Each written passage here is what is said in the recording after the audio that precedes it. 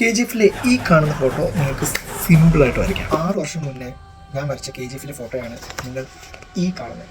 അതിനുശേഷം 2023 വരച്ച KGF-ലെ ഫോട്ടോയാണ് നിങ്ങൾ ഈ കാണുന്നത്. അതുപോലെ നിങ്ങൾക്ക് പടം വരയ്ക്കാൻ ഇതുപോലെ 2 പെൻസിൽസ്, ഇതുപോലൊരു ഇറേസർ അല്ല. നിങ്ങൾക്ക് വേണ്ടത് 3 കാര്യങ്ങൾ.